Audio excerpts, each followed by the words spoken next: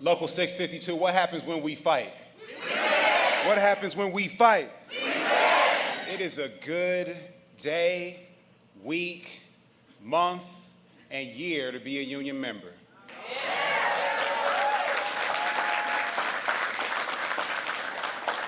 The thing about Michigan is beautiful. One of the many things that everybody in our state is either in a union or loves somebody who's in a union. That means the unions are part of the fabric of every relationship and every community across the state of Michigan. I think it's important that we have a president who loves unions, don't you think? People who love and respect unions, they love and respect minds and muscles. They love and respect heads and hearts. They know that it takes that beautiful, powerful combination in order to make things in Michigan and in America. And for people who disrespect that, I can't say what I want to say about them on TV. The state of Michigan is proud to be union strong.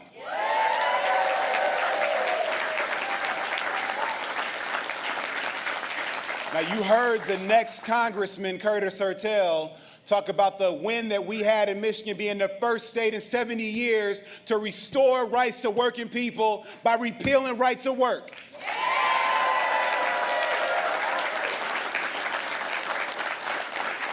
Governor Gretchen Whitmer and I worked with a Democratic trifecta, the first one since 1983, to restore prevailing wage on construction projects.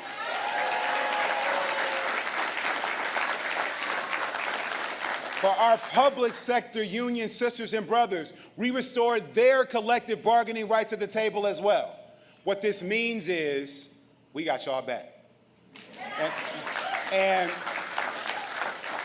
we have shown in Michigan what it looks, feels, sounds, and smells like, and that Democratic governance is worth voting for.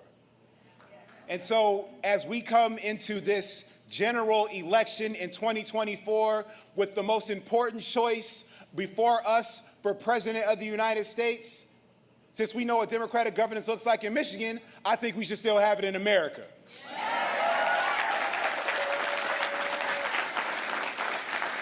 I think we should have a president like Kamala Harris, who has a record of restoring the pensions of 1 million union members in America. I think we should have a president like Kamala Harris, who has fought to bring supply chains not just back to America, but to bring those supply chains to Michigan.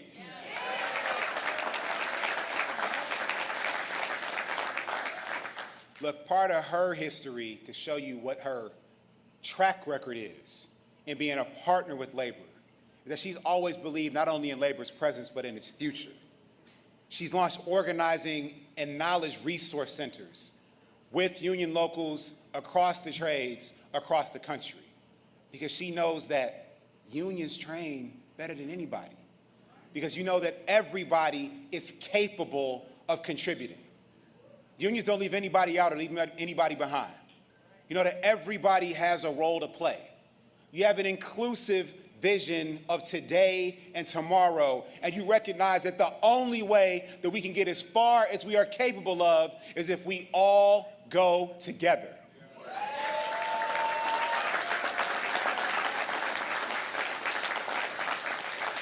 Look, I'm an engineer. I'm a problem solver. We build systems and make them work for people. That's what our working people in Michigan do every single day. They need to have elected leaders who understand that while systems may have failed people in the past, we can rebuild them to work for people in the future. And they can use all the authority that both God and the voters, most importantly, will give them to build those systems. We can have a president who will work with Congress to pass the PRO Act. We will have a president who will work to protect Medicaid and Social Security and Medicare. And we will have a president that is part of her foundational plan to lift people out of poverty and into the middle class. She will create good-paying union jobs in every industry across America.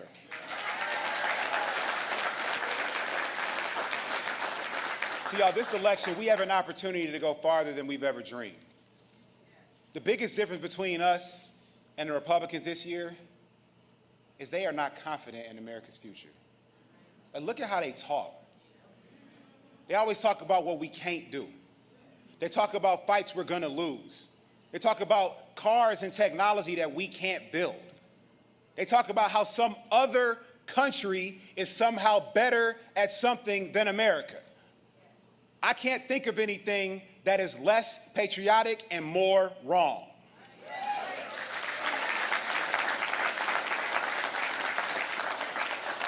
But for these next a little bit fewer than 3 weeks, we have an opportunity to have a conversation with every person we love and who loves us.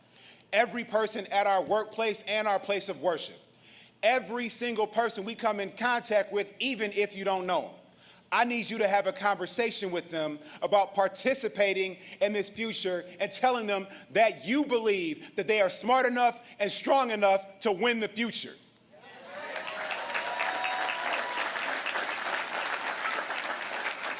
Everybody in Michigan and everybody in America is one conversation away from voting for a Democrat. So I need you to be the one that has that conversation, to make sure that they recognize and step into their power and that they stand tall for our values, for our democracy, for our Michigan, and for our country. Thank you. God bless you, union members. Let's work. Let's win. Let's get it done.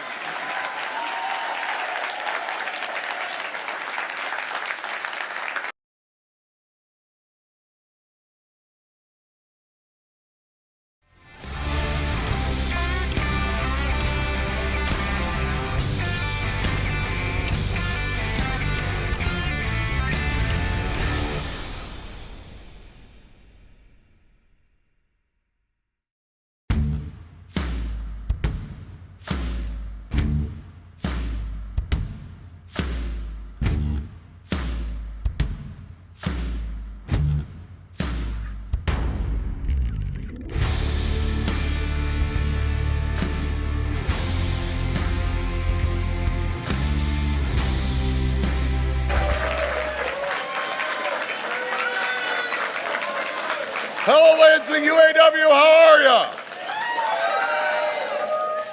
you? My name's Curtis Hertel, and I'm proud to represent our communities as a state senator, and I'm proud to be the Democratic nominee for Congress in this district.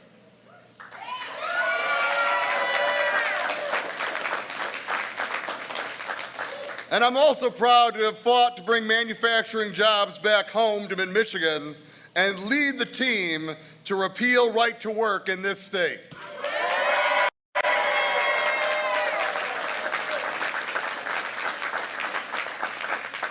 It's been 2 weeks since J.D. Vance threatened 650 jobs at the Grand River plant here in Lansing. And it's been about 10 days since he called those jobs table scraps. J.D. Vance should tell that to the workers here in Local 652. He should come here and tell it to their faces. Those livelihoods that he jeopardized, it's not table scraps if it puts the food on your table.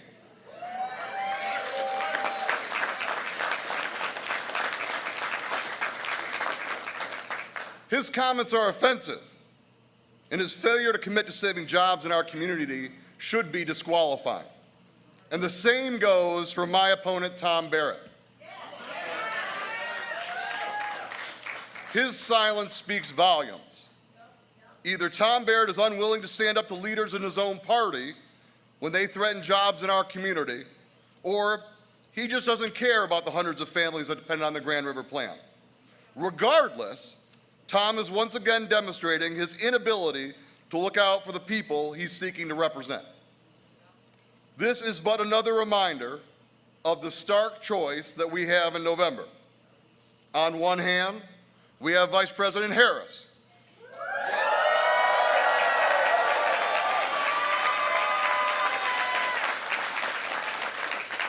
who has worked to create thousands of auto jobs in Michigan and save the jobs here at the Grand River plant with a $500 million federal investment.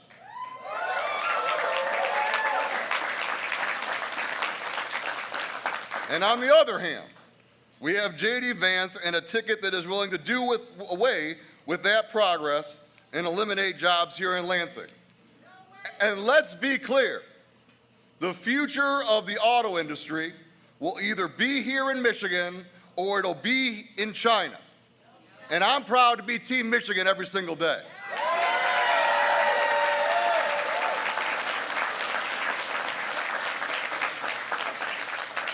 That's why I worked across the aisle to bring manufacturing jobs home. And that is why I'll always fight to protect the job of auto workers across our region and our state. Whether it's J.D. Vance with his words or Tom Barrett with his silence, they are making it clear they would rather see the future of the auto industry be in China. That's disqualifying for someone running for president in Lansing, Michigan.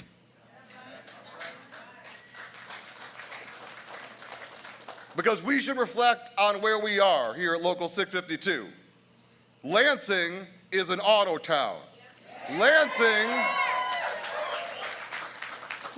is a union town.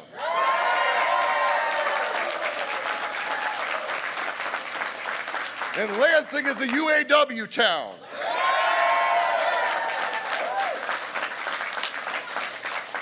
Whether or not you were in a union, you know people who were, your sister, your uncle, your grandparent. We understand it is the auto workers and union labor that built this town and created its prosperity.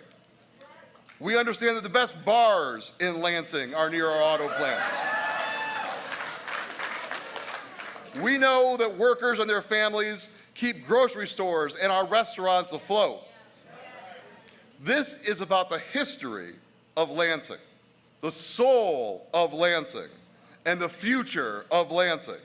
And it's right in this room right now.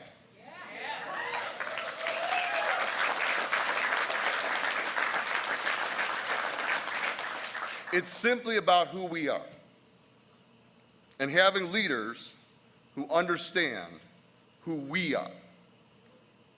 Trump doesn't. J.D. Vance doesn't. Tom Barrett certainly doesn't. But Vice President Harris does. Let's go win! Thank you, Lansing.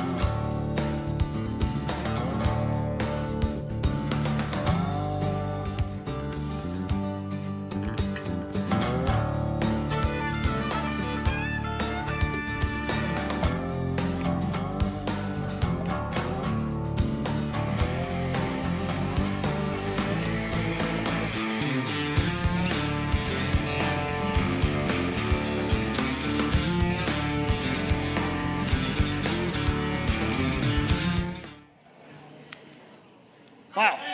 Holy cow. All right. I've been coming to union meetings here for 20 years. This is a little bit different look. So it is a good look.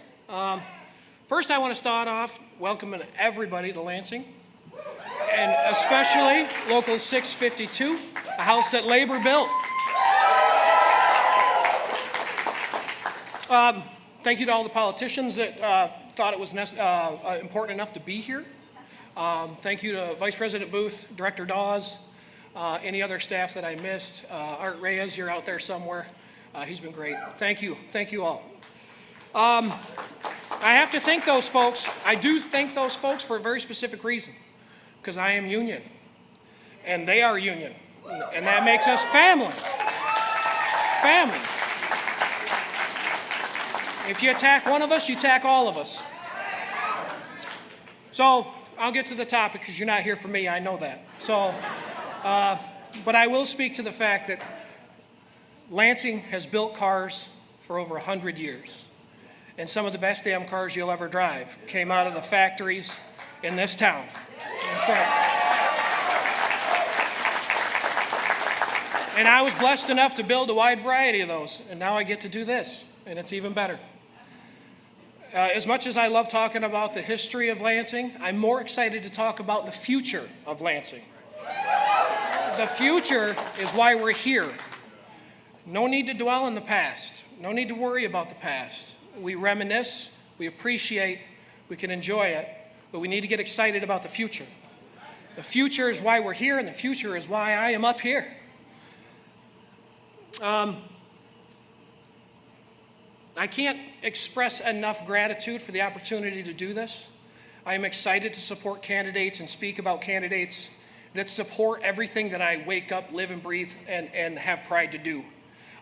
You already heard from Curtis. You've heard from Alyssa. They're here because it matters to them. I've extended an honorary family membership to Local 652 to them. Means nothing in reality, but to me it means a lot. Because at the end of the day, when we need them, we make one phone call, they're here. Every time, without fail.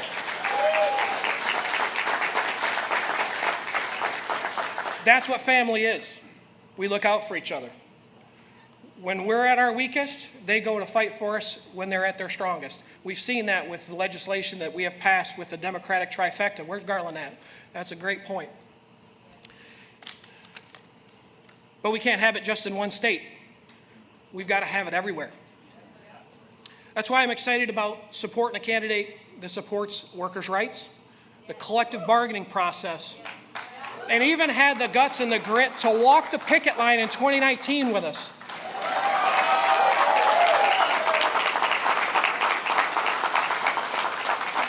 And I'll pick on Curtis and Alyssa. They did that too, but I'm not talking about either one of them today.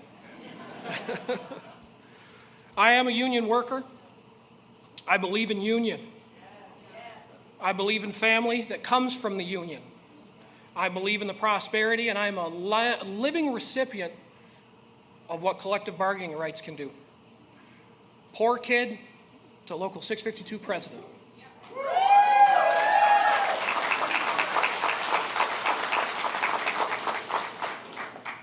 That's why it's my honor and it is my privilege to announce to you all someone who believes in workers' rights, who believes in the reason I wake up, who believes in the reason that you guys are here.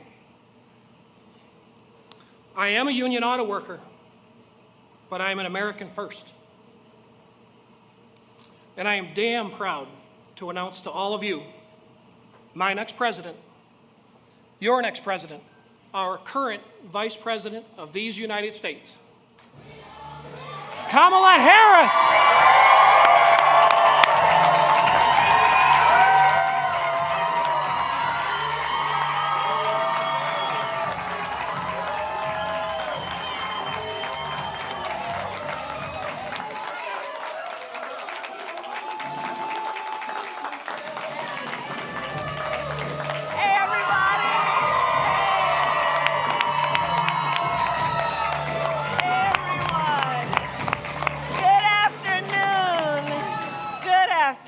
Everyone. Oh, it's good to be in the House of Labor. Good afternoon. Good afternoon. Ben, I want to thank you for your leadership. I just said to him, I mean, what a leader he is. You know, First of all, it's so good to be in the House of Labor, and it's so good to be with people who understand the dignity of work and fight for it every day. And it's not an easy fight, but it's a good fight. And I thank you for all that you do, Ben, and everybody who's here. Thank you. So it's wonderful to be back in Michigan and to be with so many incredible leaders, including, of course, Representative Slotkin. Where is she? Oh, there you are, who we must elect to the United States Senate. And we will. I'm counting on that. State Senator Hertel, let's send him to the United States House of Representatives. There you are. And a special thanks to the brothers and sisters of United Auto Workers. Thank you for all that you are, all that you do, and the warm welcome. And of course, for generations in Lansing and across our country, union members have helped lead the fight for fair pay, better benefits, and safe working conditions. And every person in our nation has benefited from your work. You know, everywhere I go, I tell people, you may not be a union member, but you better thank unions for the 5-day work week, for sick leave, for paid family leave and vacation time, because we are all clear, collective bargaining benefits our entire nation. Our entire nation. Because here's the deal, when union wages go up, everybody's wages go up. When union workplaces are safer, everyone's workplace is safer. So thank a union. Thank a union. And the bottom line is when unions are strong, America is strong. Unions have always fought to make our nation more equal, more fair, and more free. And in this election, everything we have fought for years in this movement for unions and for labor, is on the line. And I'm about to talk about it in real terms, because we always have real talk with each other. And your members can afford nothing less, which has been why I appreciate your leadership. This election is about two very different visions for our nation. One that's trying to take us backward, him, and ours that is about moving forward and about the future. We fight for a future where we protect the freedom to organize, where we understand the importance of collective bargaining. You know, I sometimes say to young people, and by the way, have you noticed how when you look at the polling, younger workers coming into the workforce, they get it and they understand the power and the nobility of unions? And I always say to people, look, here's the thing about collective bargaining. Everybody should want that when there's a negotiation, the outcome would be fair, right? Who's going to argue with that? Everybody should want that there will be a fair outcome in a negotiation. All right, so if we start from there, all reasonable people, then let's think about it. If you're talking about the worker, the one worker, trying to negotiate against the corporation, is that outcome going to be fair? No. The disparity in power is too great. So collective bargaining, it's a simple and important point. You let the workers organize so that the collective together, who have the same concerns, the same issues, can be banded together to have equal power in a negotiation, because the whole point is the outcome of the negotiation should be fair. That's what collective bargaining is about. That's what unions are about. It's about basic fairness. And it's about the dignity of work.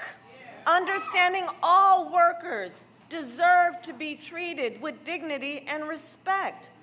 That's what we're talking about when we talk about this movement and the strength of the movement and the importance of keeping it going. We talk about then our knowledge about the importance of building a future where we tap into the ambition of the American people, where we build what I call an opportunity economy, right? So every American has an opportunity to own a home, to buy a car, to build wealth, to start a business. And I will always, it is my pledge to you, put the middle class and working people first. I come from the middle class, and I will never forget where I come from. I will never forget where I come from. I know where I come from. Hard work is good work. Hard work is good work and must receive the value to which it is due, which means understanding the value of the worker. And we know we cannot have a strong middle class without American manufacturing. Over the last 3.5 years, we brought manufacturing back to America, creating 730,000 manufacturing jobs.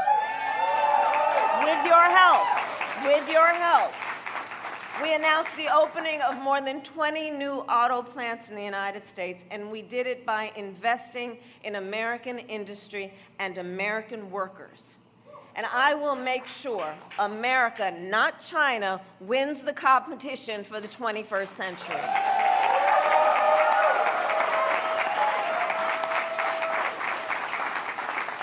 So under my plan, it's about investing in the industries that built America, like steel, iron, the great American auto industry.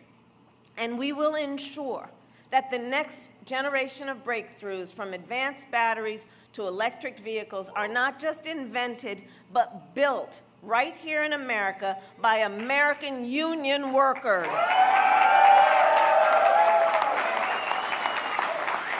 Because it is they and you who have proven how to get the job done. And as part of that vision, we will invest in manufacturing communities like Lansing. We will retool existing factories, hire locally, and work with unions to create good-paying jobs, including, by the way, jobs that do not require a college degree. And I'm going to tell you why. Because I'm really clear that a college degree is not the only measure of the skills and experience of the qualified worker, and we need to understand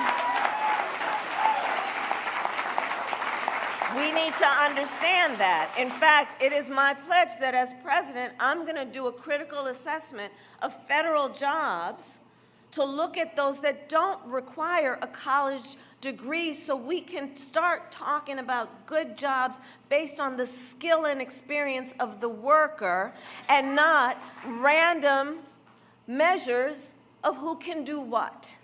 And I plan on then challenging the private sector to do the same.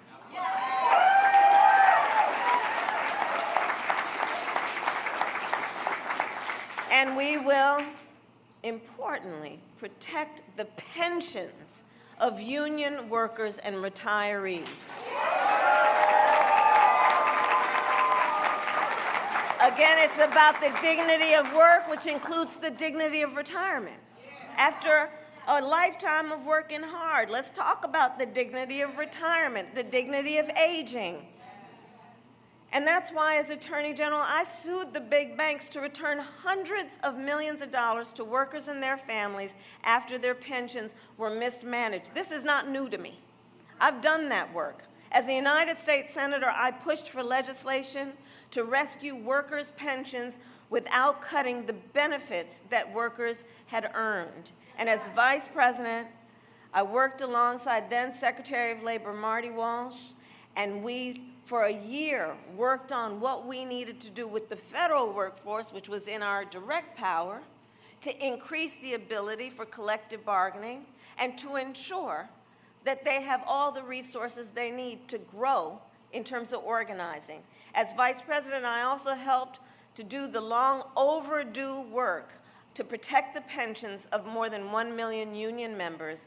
And yesterday, I announced the protection of the full earned pension benefits of more than 22,500 union workers and retirees in Michigan under the Detroit Carpenters Pension Fund. Because again, just to put a fine point on it, when it comes to your pension or Social Security or Medicare, these are retirement benefits you have earned. This is not about a giveaway. You've earned it, and it must be protected, and it must be respected after decades of hard work that you receive it. And honoring these benefits must be an ironclad commitment. Now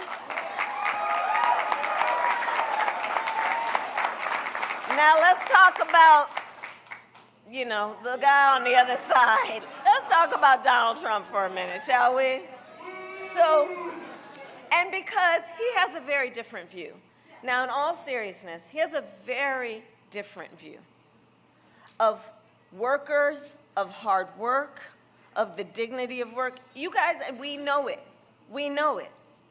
He tries to, do his rhetorical thing at rallies, like he understands what it means to earn a living. No, you understand what I'm saying? He pretends that he understands workers and the hard work and the battle workers face every day to get their due wages and benefits. Well, we're not falling for the okey doke. Because we know what he has said, and we know what he has done. He who called Social Security a Ponzi scheme, he called it a Ponzi scheme. He recommended we raise the retirement age to 70. Can you imagine if you were required to work to 70? He who intends to cut Social Security and Medicare, we know how many people, their only source of income is their Social Security check. Talk about, is the value about dignity in retirement, dignity in aging?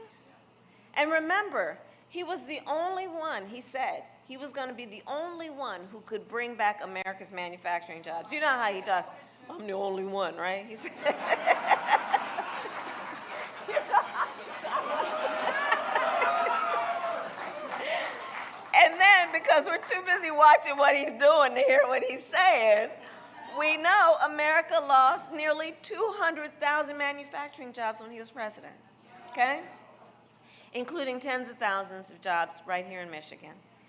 And those losses, we know and will note, started before the pandemic, okay?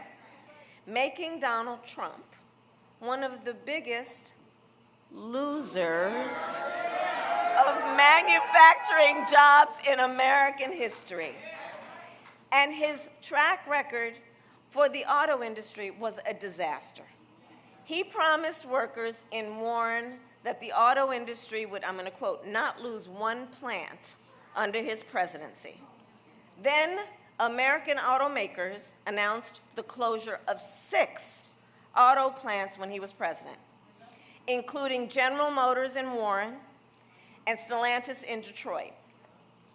Thousands of Michigan auto workers lost their jobs. And if he wins again, we can expect there would be more of the same. Because we know what he has done. And we know that we're going to focus on the work, not the words, when it comes to Donald Trump. And we know where he took us the last time. And check this out, Donald Trump's current running mate, because the job was open, right? Like when people go for an interview, especially the young people, they'll go for an interview and they'll sit down and they're in the interview and they'll say, why is the job open? Well, we know why that job was open. So Donald Trump's running mate recently suggested that if they win, they would threaten the Grand River Assembly plant right here in Lansing. The same plant that, with your help, our administration protected earlier this year, saving 650 union jobs, right? And I do believe some of the union workers from Grand River are here with us today. So you know what I'm talking about. You know what I'm talking about. And Trump's running mate called your jobs table scraps, right? So let me just say, needless to say, I will always have your back. And we'll keep fighting to make sure that you keep your jobs right here in Lansing and keep these most noble and important jobs for America's strength. That's the work you all do. You know, Donald Trump, he also promised that he was going to stop offshoring. Remember that? Then he cut taxes for corporations that shipped 200,000 jobs overseas during his presidency. Cut the taxes for those corporations, okay? And awarded nearly $500 billion in federal contracts to companies that were offshoring jobs, okay? Follow the money. He gave your tax dollars to companies that were sending your jobs overseas. And we gotta get the word out to all of the brothers and sisters in labor to remind them of what this dude does, right? What he actually does. Because make no mistake, Donald Trump is no friend to labor. He is no friend to labor, and we've got to listen to what he says. Know that, you know that famous saying, listen when people tell you who they are. In fact, can we roll the clip?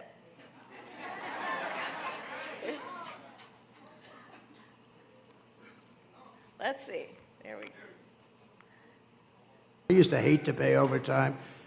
When I was in the private sectors, they say, oh, I don't want over, you know, I shouldn't tell you this. I'd go out and get other people and let them work regular time. But they build everything in Germany, and then they assemble it here. They get away with murder because they say, oh, yes, we're building cars. They don't build cars. They take them out of a box and they assemble them. We could have our child do it. They go on strike and you say, that's okay, you're all gone. You're all gone. The United Auto Workers ought to be ashamed for allowing this to happen. And the leader of the United Auto Workers should be fired immediately.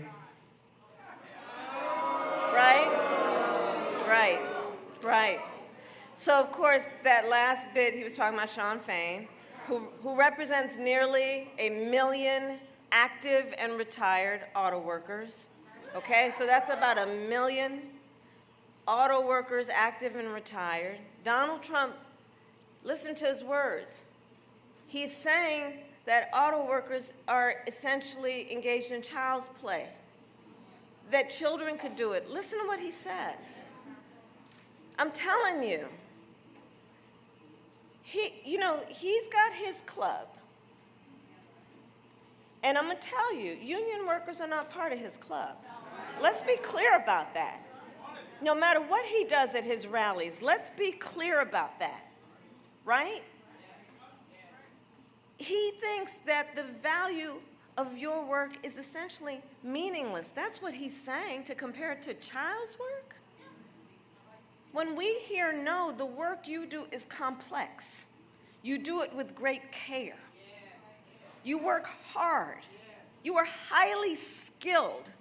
You are highly trained. And the best auto workers in the world is who you are. The best in the world. The best in the world. And the fact is, Donald Trump's comments are the talk of someone who has had everything handed to him. I know it's right.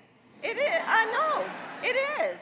This man, who never had to work a job that came with calloused hands or an hourly wage, right? Someone who got handed $400 million on a silver platter and did what with it? Filed bankruptcy 6 times. Come on. Come on. He will never understand the life and the work of a United Auto Worker. He will never understand that.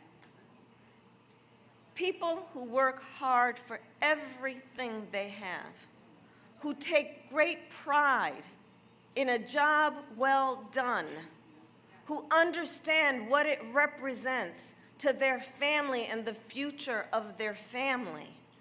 Again, I go back to the dignity of hard work. So let us be clear. Donald Trump's insults to American workers is not exclusive to that video, okay? So that was just a moment, kind of think of it as the commercial break in my speech. But his comments are not only that, because Donald Trump has been a union buster his entire career. He has called union leaders, quote, dues-sucking people, okay? He said that he supports so-called right-to-work laws, quote, 100%, okay? He bragged and joked with a billionaire buddy about mass firing striking workers and lowered labor standards and made it easier for companies that break the laws to get federal contracts. Donald Trump encouraged automakers of Michigan so they could pay their workers less, encouraged them to move so they could pay their workers less, okay? And when the UAW went on strike to demand the higher wages you deserve, Donald Trump went to a non-union shop and attacked the UAW. He said striking and collective bargaining don't make, and I'm going to quote, a damn bit of difference.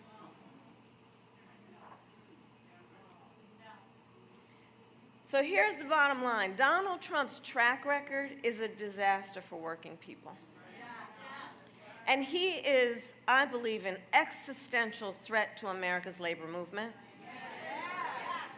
And everything he intends to do if he is reelected is also spelled out in that Project 2025. So to read it and to know it is to know he intends to launch a full-on attack on unions and the freedom to organize, okay? He will ban public sector unions, roll back workplace safety protections. Read it when you have some time, Google it, everybody's watching. Look, he will make it easier for companies to deny overtime pay for workers and appoint a union buster to run the Department of Labor. Be sure of that. Be sure of that. So to all the friends here, I say what you already know.